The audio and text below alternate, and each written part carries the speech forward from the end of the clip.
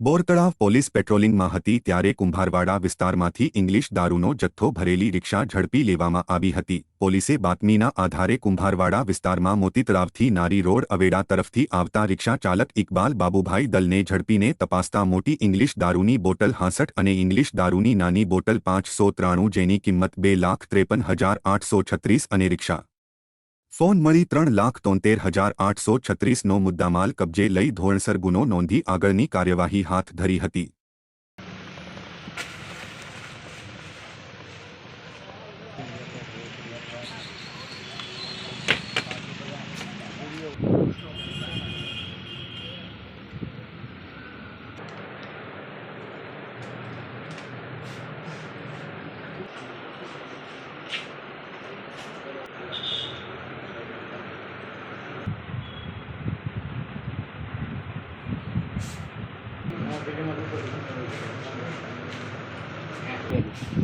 હવે અમારે કરજો લેખિત આપજો।